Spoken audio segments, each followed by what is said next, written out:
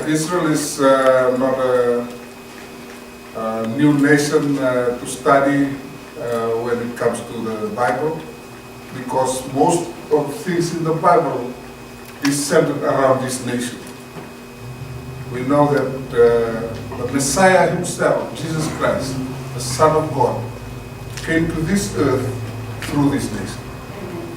So we'll see a few things about the history of how this nation Israel came to be, and then how it moved along history until today. It is common knowledge to us as Christians that Israel was the chosen nation. We know them as the chosen people of God. Is that still true today? That's a question we should ask. Is it still true? What does the Bible say about this nation, Israel? So, with that introduction, we'll move forward. Who or what is Israel? We'll just be asking questions and try to get answers from the Bible and just general knowledge that we have. This is what dictionary reference.com described about Israel. It is a republic in Southwest Asia on the Mediterranean, formed as a Jewish state in May 1948. That's the area, and the capital is Jerusalem. Anything stands out from there according to prophecy that we've been studying? 1948. Does that fall into those time periods that we've been studying, or outside? It's outside, eh? What's the actual time period we've been studying? 538 AD to 1798. Where are God's people during that time?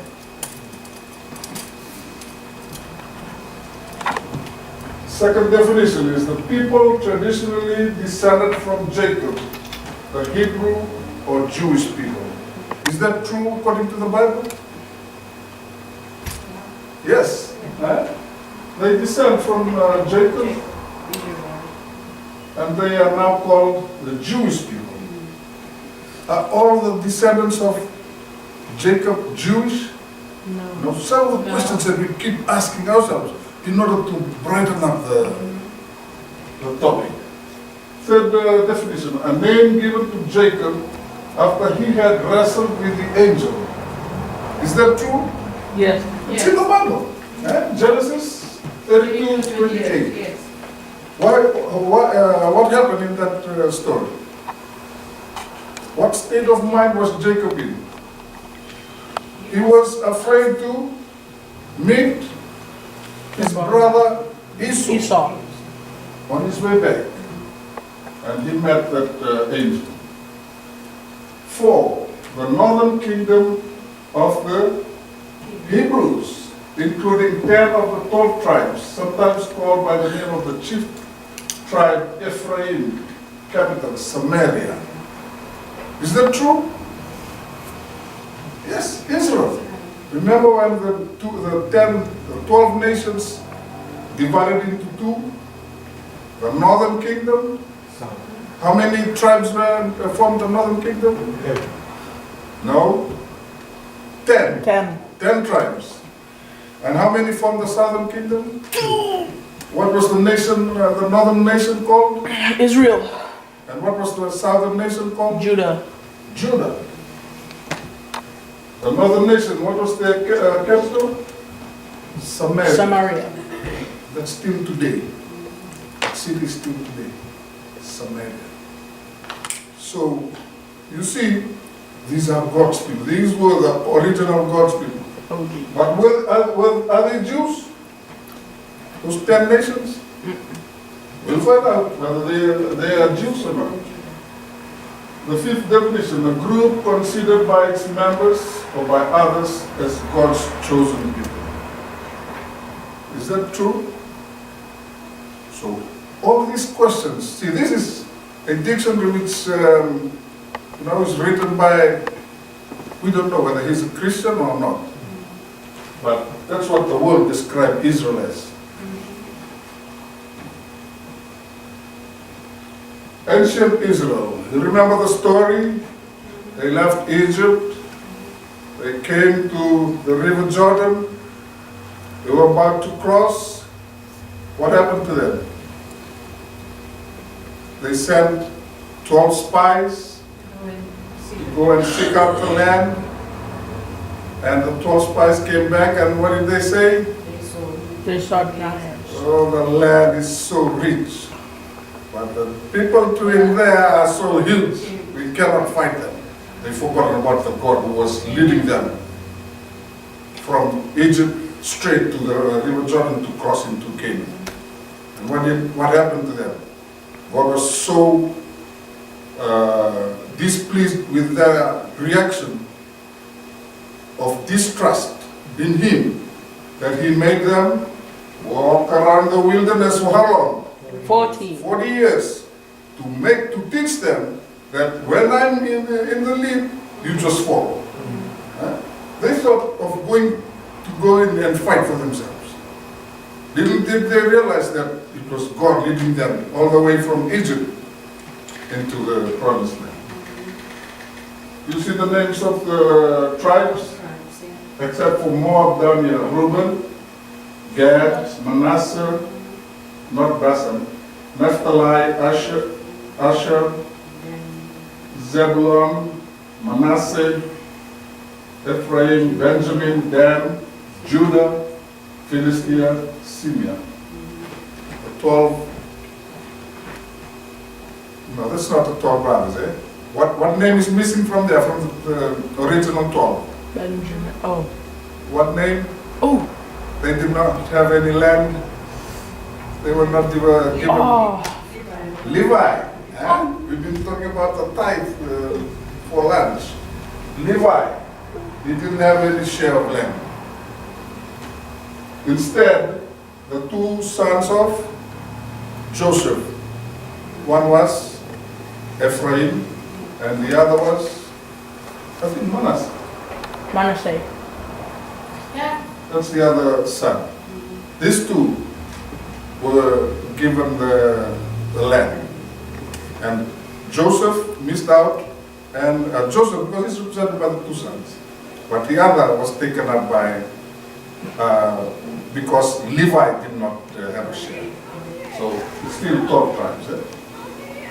So that's the ancient Israel that left Jerusalem. Egypt. And they settled there after 40 years in the wilderness.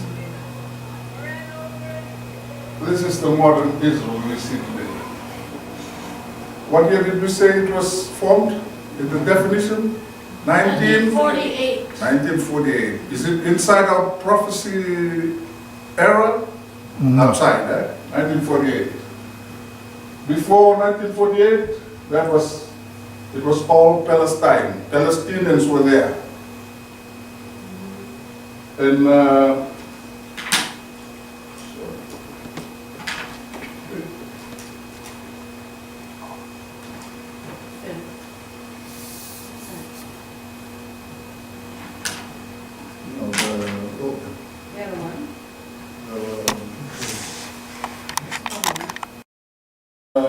before 1948, this is 1948, and then Israel came in here. In 1948, when the UN divided this place up. No wonder the Palestinians are still complaining until today. They were living here. This was after the Babylonian era. Israel they were all over the world. And the Palestinians occupied the whole area. But in 1948, the UN brought them back and put them here in this land. And till today, they're still fighting amongst themselves. And these are considering them the chosen people. How far is that true? Biblical records, the land was promised to Abraham. Abraham was how many generations before Jacob? His grandfather, Abraham. And Isaac. His son was Isaac and Ishmael, Yeah. and Isaac kept the light, and Isaac had two sons. Who? Ooh. Esau and Jacob. Jacob. And Jacob is the father of the 12 tribes. Genesis 17:7. This is the promise God gave Abraham. I will establish my covenant between me and thy seed after thee in their generations for an everlasting covenant, to be a God unto thee and to thy seed, Israel. And I will give unto thee and to thy seed after thee the land wherein thou art a stranger, all the land of Canaan for an everlasting possession, and I will be their God. But notice, the land of, who's Canaan? Promised land. Who's Canaan? Yeah, but who's Canaan? It must be a descendant of somebody. You remember this name? In the ark, there were Noah and his The sons. 3 sons. One of them is Was it Canaan. You look up that bit of history. One of them is Canaan. His descendants are the occupants of this land. For an everlasting possession, and I will be their God. And God said unto Abraham, thou shalt keep my covenant, therefore thou and thy seed after thee in their generations. So God was to be, he was to be a God unto them, and to Abraham and to all thy seeds. So there's a condition. They will be his if they make him their God. Can you see some light coming into here? Only when they consider him their God, will this promise be true. Thou shalt keep my covenant, therefore, thou and thy seed after thee in their generation, and everyone after that. That's the promise God gave them. You make me your God, I will be your God forever. So, let's move on. Who was Israel? Genesis 32:27. He said unto him, what is thy name? And he said, Jacob. Thy name shall be called no more Jacob, but Israel. And Jacob asked him, tell me, I pray, thy name. And he said, wherefore was asked my name, and he blessed me. So what we learn from here, that Jacob was the one who was renamed by God himself to Israel. And that's where this is the beginning of the nation of Israel. Through Jacob.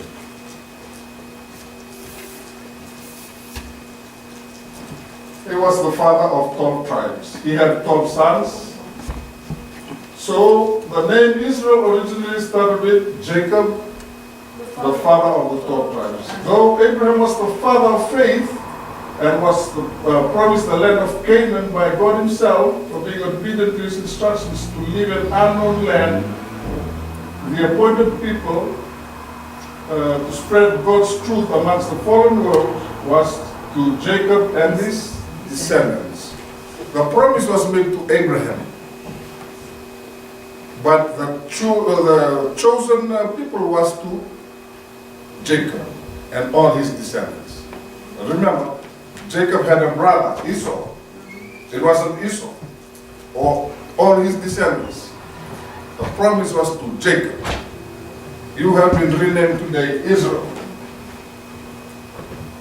The promise wasn't to Canaan, the son of Noah. It was to Jacob. Jacob and all his descendants. Esau versus Jacob. Esau had despised the blessings of the covenant. This is found in Patriarchs and Prophets, page 208. He had valued temporal above spiritual good, and he had received that which he desired. It was by his own deliberate choice that he was separated from the people of God. So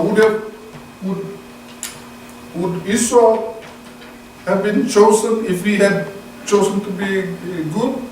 Yes. Yes. Everything is on a condition. If you choose God, you meet the condition. Esau didn't. Not Jacob. Why do we say that? When we know the story of Jacob, what he did, it wasn't good. Let's just go back. He wanted to be God's servant, but the means of getting that promise was no good. But God knows that within him, he wanted to be used in his service. The way he went about it, maybe because of the influence of his mother, was wrong. But God sees the motive. That's why God had seen that, and it had taken place right from birth. Remember when they were born, the two twins? They were different colors. One was holding on to the other. So all that. Because God had foreseen the future. He never predetermined the future for them. But he had foreseen the future. He knew that Jacob will be the one who will accept him, not Esau. Say for Joseph, Patriarchs and Prophet 2:10, paragraph 1. Shalt thou indeed reign over us? These are his brothers. Or shalt thou indeed have dominion over us? Exclaimed his brothers in envious anger. So, our decision is based on us. We can be wrong, but if we maintain that direction of thought in our mind, we won't end up with God. Joseph's brothers did what they did because they hated Joseph for trying to be a ruler over them. But he was only interpreting his visions, nothing else.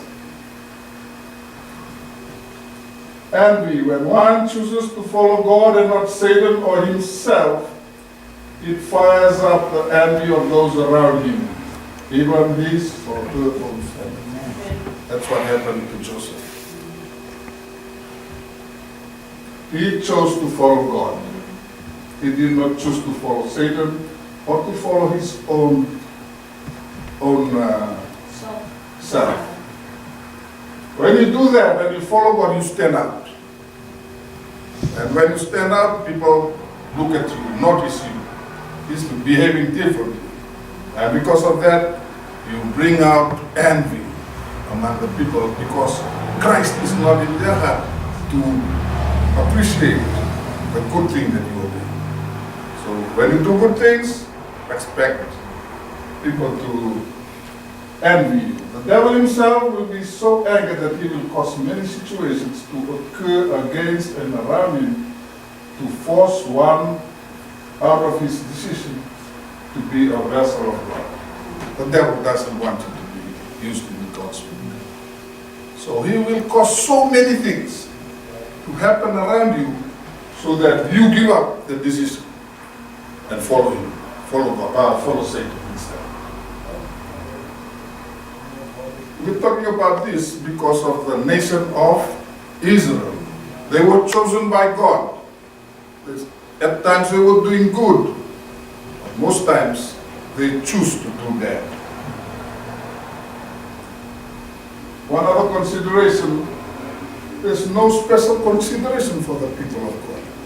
You say, oh yeah, they're the people of God. So God must have protected them. God must have. When they did not follow God, what happened to them? They exposed themselves to the enemy. There was no special deal for the Israelites. No special deal. Likewise for you and me. We are just normal people. But when we choose to uplift God in our lives, God's protection is there. Because you're meeting the condition. Once you move away from that, then protection is. So it's our choice. Anyone who wants the protection of God needs to choose Him. Question, don't you think that God had foreseen the great apostasy that will occur in the future, in the wilderness, in Canaan, and the nation divided into two through the Jewish nation? Remember, all those who left Egypt except for Joshua and, Caleb. I was trying to think of that name. Caleb. Only 2 people reached the promised land. Out of the millions who left Egypt, only 2 reached Canaan. Joshua and Caleb. The rest died in the wilderness. But those who were born in the wilderness were the ones who crossed over with Caleb and even Moses, their leader, did not reach Canaan. Why they did not reach the promised land? Disobedience to God. So even the promised people, or the chosen people, they don't have any special considerations. If you sin, you are not a partner in God's will. So that applies to us. The choice is ours, not God's. God has already made His choice. I want every one of you to attain eternal life. But it's you and me, whether you accept, you agree to it or not. The millions that left Egypt, only 2, Joshua and Caleb. Because they met the conditions, they reached the promised land. Can we say the same about the Jewish nation? They are no special, apart that God chose to incarnate as a Jew. Nothing special about the Israelites when compared to you and me.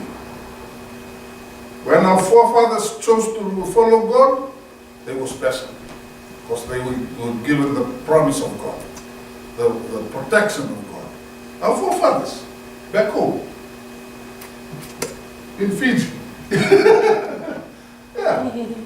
Today, we are slowly giving up that.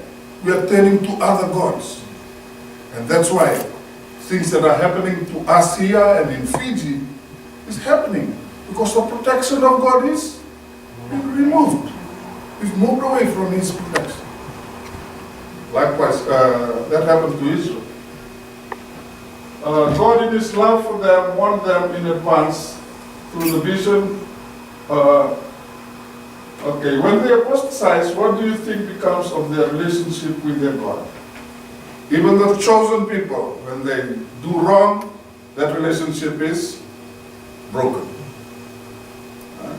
Nothing special about a special day. Nothing special too about Christians of today. If we break our link with God, we are just like anybody else. Just like the Israelites. God in His love for them warned them in advance through the vision He gave Daniel, 70-week, 490 years prophecy. We just go through that quickly. To show that God had warned them well in advance. That if you continue to live, to apostatize, what will happen to you? I will remove myself from amongst you. Let's have a look at that prophecy in Daniel 9, verses 24 and 25. This is the prophecy that was given to Daniel, telling them, you have this time to change your ways. 70 weeks are determined upon thy people and upon thy holy city. Where were the Jews then? Where were they? Okay, Jerusalem. No, in Babylon. Remember Daniel? So 70 weeks are determined upon that people to finish the transgression. These are the conditions. To make what? An end of sins. What else? To make reconciliation for iniquity. And to bring in everlasting. And to prophecy. And to Anoint the Holy One. everything was told to them well in advance. You do this, then this relationship will continue well into the future. All the conditions are there. So they were given everything. All the chance to be successful was given to them. Know therefore and understand that from the going forth of the commandment to restore and to build Jerusalem unto the Messiah the Prince, they were in Babylon. They were told, in the future will be the Messiah is coming. Messiah is coming. But before that, a commandment will be given to you. You are now living in Medo-Persia, under the Medo-Persian Empire. You are now, a commandment will be given to restore and to rebuild Jerusalem. Remember Nebuchadnezzar? He went into Jerusalem and took his people. Daniel and all his people from Jerusalem to Babylon as captives. Now he says, one nation after Babylon was Medo-Persia. Medo-Persia conquered Babylon. And it was during that time that Daniel was given this vision. And the angel told him, when you hear the command given by the king, go and rebuild the walls of Jerusalem. That's when you start counting. What do you count? How long? 70 weeks. And what does 70 weeks equate to? 490 days. 490 days, and 490 days is equal to? 490 years. 1 day is equal to 1 year. In Bible prophecy. So they were given from that time, the commandment was given by the Medo-Persian rulers to go and rebuild Jerusalem 490 years on. They said that the Messiah, the Prince, will come by. And the last condition for them, if they do all these other conditions that they were given, was to anoint the Most Holy. You'll be there and you'll see the Most Holy come in his worldly attire as a human being, and you'll be given a chance to anoint him. So everything was given to the Jewish people. Christ's death and gospel to the Gentile. Continuing on from that verse 25 to verse 26. And after 62 weeks. 3 is how many weeks? What's a score? 20 days. 20. So 3 is? 60. 60. 62. 60, so this is 62. 62 weeks. 62 weeks is equal to how many days? 62 times? 7. Times 7, 400 and something, eh? 400. So it says that that's the time the Messiah will be cut off. And then it says in verse 27, and he, the Messiah, shall confirm the covenant with many. 1 week, and in the midst of the week he shall cause the sacrifice and the oblation to cease. The sacrifice, remember, this is what we've been talking about all along. It's the sacrifice will come to cease at Jesus' death, not the commandments. It's this sacrifice, the sacrifice and the oblation to cease. The commandment is not nailed at the cross. It's this sacrifice that was supposed to stop when Jesus died. The bringing in of the sheep, cutting his neck, taking the blood, and putting it on the altar, and trying to please God. They stopped that at Jesus' death because the real sacrifice was there on the cross. So they were given everything, the Jewish people. That's it. There is no ground. Going further with the commandment, now we look back in history. It was in that date that this king, Artaxerxes of Medo-Persia, gave Daniel and his people a commandment. You can go back now to Jerusalem, rebuild the wall, rebuild the temple, because you will be sent back to your home country. 456 BC. For 7 weeks, or 49 years, and that's exactly how long it took for them to rebuild the walls of Jerusalem and rebuild the temple. And it was ready for their exodus back to Jerusalem. And then the 62 weeks that we talked about. After the rebuilding of Jerusalem, they were given another 62 weeks. Let's just go back to that verse. 62 weeks shall the Messiah be cut off. 62 weeks from that time, the Messiah will be arriving in their midst. And if you look at the chart, that's when they anoint the Most Holy at 27 AD. Jesus was 30 years old. He was baptized at the river Jordan. 434 years after the rebuilding of the city, Jesus was anointed. And then 1 week later, let's go back.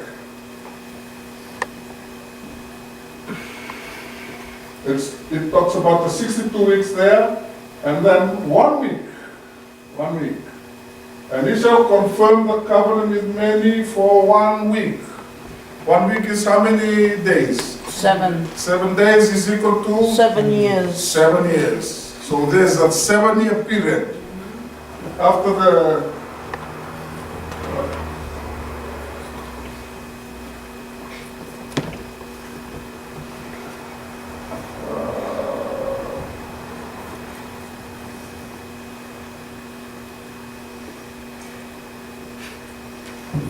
week, and in the midst of that week, in the middle of that last week, that's 1 week is 7 days, 7 years. In the middle of the 7 years, that's how many years? Half of 7 years. 3.5 years. From the time Jesus was baptized, when he was anointed, till 3.5 years later, that's when this sacrifice was to cease. And that coincides with the death on the cross of Jesus. In the midst of the week. The chart says, this is the 1 week.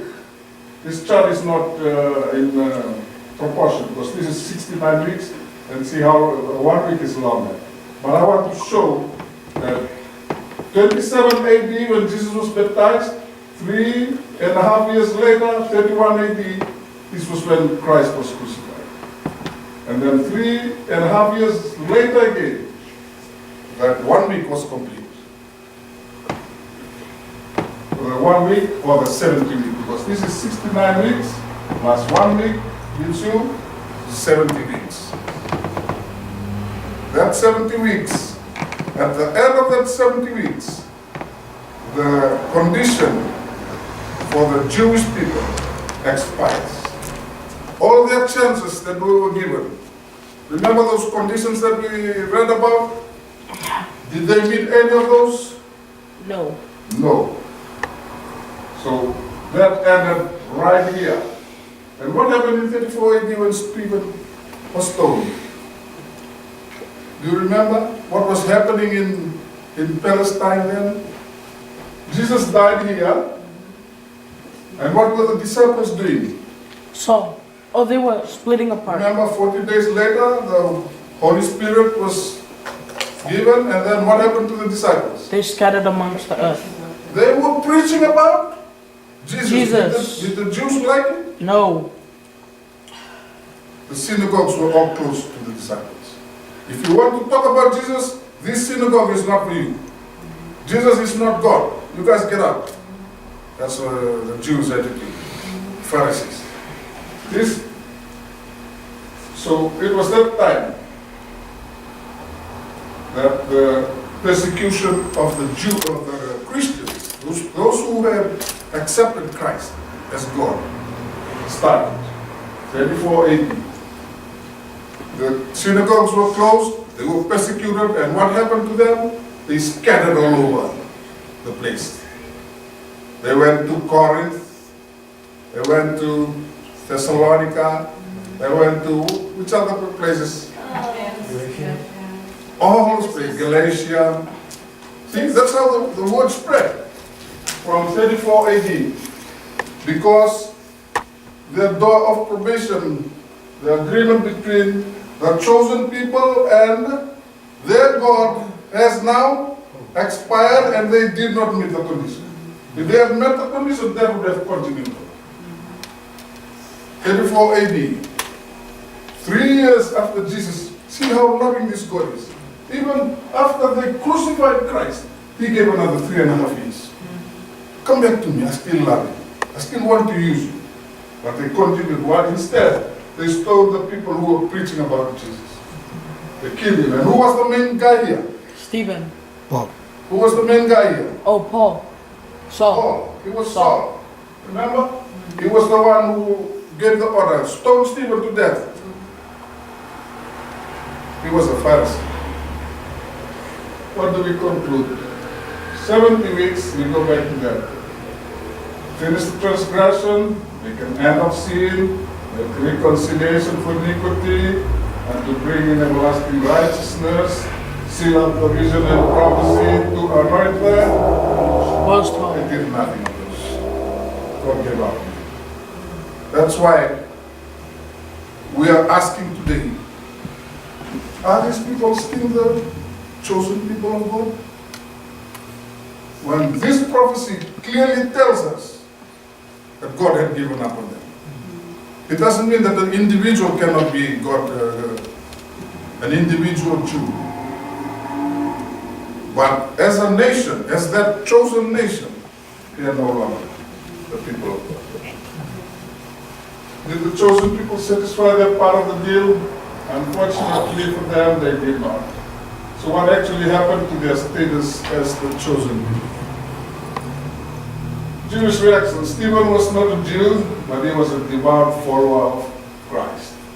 The disciples were barred from all the synagogues in Jerusalem and Judea on the instruction of the Pharisees, or the church leaders. Any Christians were persecuted, and Saul was the general in this task. Is God still with these people? We're just making conclusion from what we just read. He gave them 490 years. From 457 BC, before Christ, till 34 AD, after Christ. That was the time period given to them. He gave them to start anew, but the Jews decided to kill him instead of being his witness to the world. He chose the people, Jacob's descendant, to be his witness to the surrounding area, to the whole world. But they continued to apostatize. Their door of probation closed 3 years after Jesus died.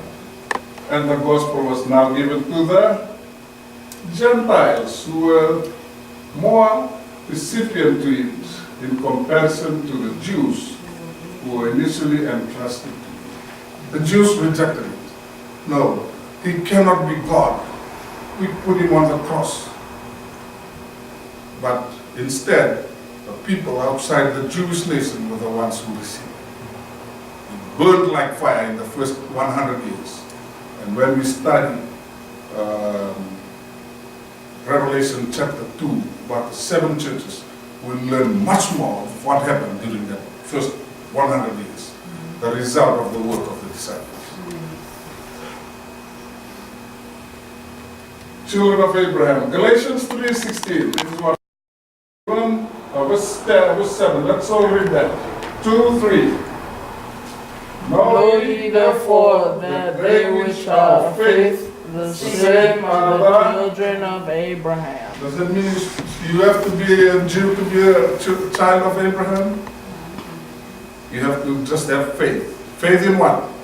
God. Faith in Jesus Christ, in particular.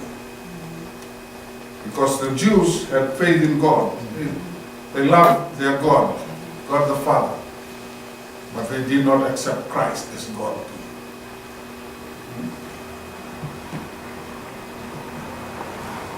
They were the chosen people of the Old Testament. Jesus came to strengthen their position as the chosen, but they totally rejected him. We today are blessed as we can lay claim to being chosen people when we accept Jesus and have faith in him. Today, we're so lucky. Because of the work of the disciples, those people reached our lands in the 1800s to preach about Jesus Christ. Our forefathers received it like the Jews. The earlier ancestors received it. Later on, they begin to reject it. And that's happening to us. There's so much Christianity in Fiji today, it's confusion. Don't fall into the same trap. Christ required us as Christians to be his witness to this sinful world. Let us not be like the original chosen people when given forward warning in the book. They studied on a daily basis. They did not keep their part of the Bible. Can that happen to us too? All who have accepted Christ as Lord and Savior from the spiritual seed of Abraham, we are blessed with his light and blessings. But when we turn away and choose to rebel against God's commandment, we are no different from Ishmael, from Esau, from King Saul, from the Jews in Babylon, from the Pharisees of Jesus' time. We choose to go astray. So there's nothing special about being God's people. But the thing is, when you are God's people, you choose to follow him, his protection is with you. When you choose not to be with him, that protection leaves you and you are exposed to the enemy. Why is the Christian world still looking at Israel today? Now this is a big question today. Today on TV, you go on TV and they're arranging the shipment of things to the Jewish people on the hope that these people are still the Jews. You see, the motive behind it is different because here in 1 Peter 1:19, why is the Christian world still looking at Israel today? Peter answers it in here. We have also a more sure word of prophecy, whereunto you do well that you take heed. Take heed of the prophecies, as unto a light that shineth in a dark place, until the day dawn and the day star rise in your heart. When we neglect prophecy, we won't know who the real chosen people are. That's why the whole world is still looking at Israel, while Israel has chosen to reject Christ. Why are we looking at them? Because we are in the dark. We neglect prophecy, and that light cannot shine into that darkness to lighten it up. Prophecy is so important because without it, we cannot see. We cannot see the truth. We cannot see the light. TV promotion. You witness TV evangelists today talking a lot about Israel, that we should financially help them because they are still chosen. They know not of the prophecies and try to fulfill prophecies by trying to revive the dying Israel of old. They want to fulfill prophecies with their money. And the whole Christian world is looking at Israel. The Bible talks otherwise. Israel of old is gone. They rejected Christ. Let's not be deceived by the apostles of the devil. Folks, Israel of old had rejected Christ, even till today. Only those who accept and have faith in the Son will be Abraham's children. We've gone through the verses on that. And that's the end of our session. So we know that Israel have rejected Christ. We know that their probation time period has expired. And we know that they are no longer the chosen people. The chosen people today are those who choose to keep His commandments and have the testimony of Jesus Christ. People of God today are those who choose to keep His commandment and have the testimony of Jesus Christ. The Jews of that time, they kept the commandment in detail. Did they have the testimony of Jesus Christ? They did not. You have to meet both conditions today. Keep the commandments of God and have the testimony of Jesus Christ. You should know Jesus. That's the end of our session today, and I hope that we've learned.